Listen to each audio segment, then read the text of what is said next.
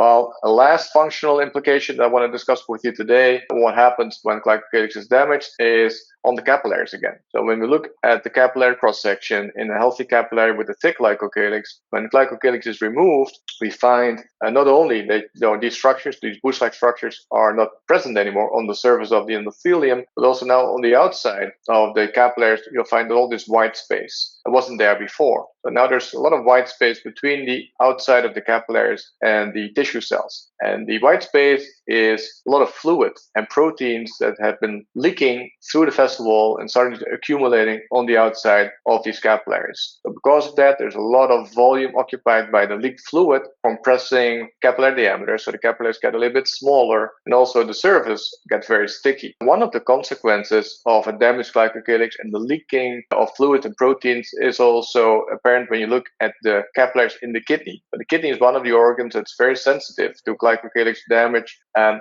microvascular damage. To give you a little bit sense of what's happening in the kidney capillaries, I'll show you this on the next slide. So the kidney capillaries, if this is a schematic here on the left, on the top would be where the blood is flowing. But the kidney capillaries have a specialized type of endothelium. So their endothelium is what we call fenestrated. There are big openings in the kidney endothelium, which allows in the kidney to filtrate a lot of fluid through the capillary wall towards the urine compartment to make the urine. So for a long time, people thought that kidney capillary endothelium would not be able to prevent leakage of proteins because of the large openings, until we realized that these openings are not open but filled with glycocalyx. On the right-hand side here, you see a real image of a kidney capillary wall. You see these black spots on the endothelium. So the black spots are glycocalyx staining inside the openings in the endothelium. So the fenestrae are not open but filled with a lot of glycocalyx, preventing the leakage of albumin through the endothelium towards the urinary compartment on the bottom. Now, the urinary compartment, shown here on the left, is lined with specialized cells called podocytes.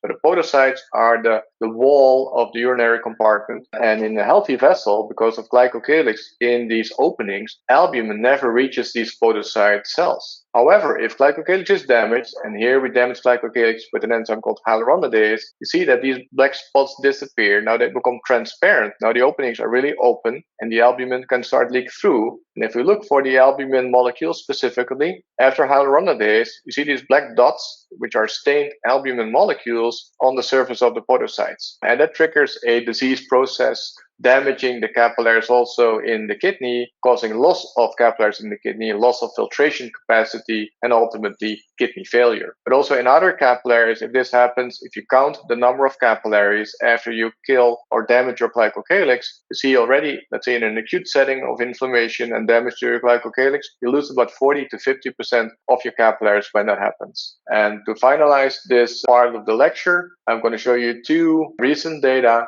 collected with the GlycoCheck device that we use to measure glycocalyx and microvascular health in patients in healthy controls to see what happens in different levels of risk damaging glycocalyx in terms of losing your capillaries. So this is a recent study that was just published a month ago, in which we measured with the GlycoCheck system the health of your microvascular system and counting the number of blood perfused capillaries in close to 1,000 healthy individuals in an obesity study. So in this obesity study, we made three subgroup of patients, healthy controls. So the low risk group was based on a low risk score according to Framingham. So they were not so obese, they were younger, didn't smoke, and etc. And then compared to the low risk group, we looked at medium risk people with a risk of 10 to 20% risk of a cardiovascular event in the next 10 years, or high risk individuals with more than 10% risk over the next 10 years, showing that we look at the number of capillaries relative to a normal reference level. There's about a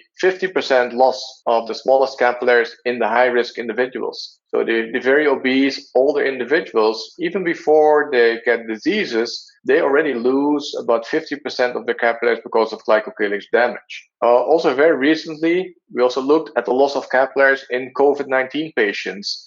and compared COVID-19 patients with or without the need for mechanical ventilation in the ICU. They realized that in these critically ill patients with COVID, they lose up to 95% of the capillaries because of Glycocalyx damage. So in the next webinar, I'll explain more about the GlycoCheck device and what we can do in different studies to measure what happens to their microvascular health and Glycocalyx. And then later in the third webinar, I'll tell a little bit more about our options we have to repair Glycocalyx with the endocalyx supplement.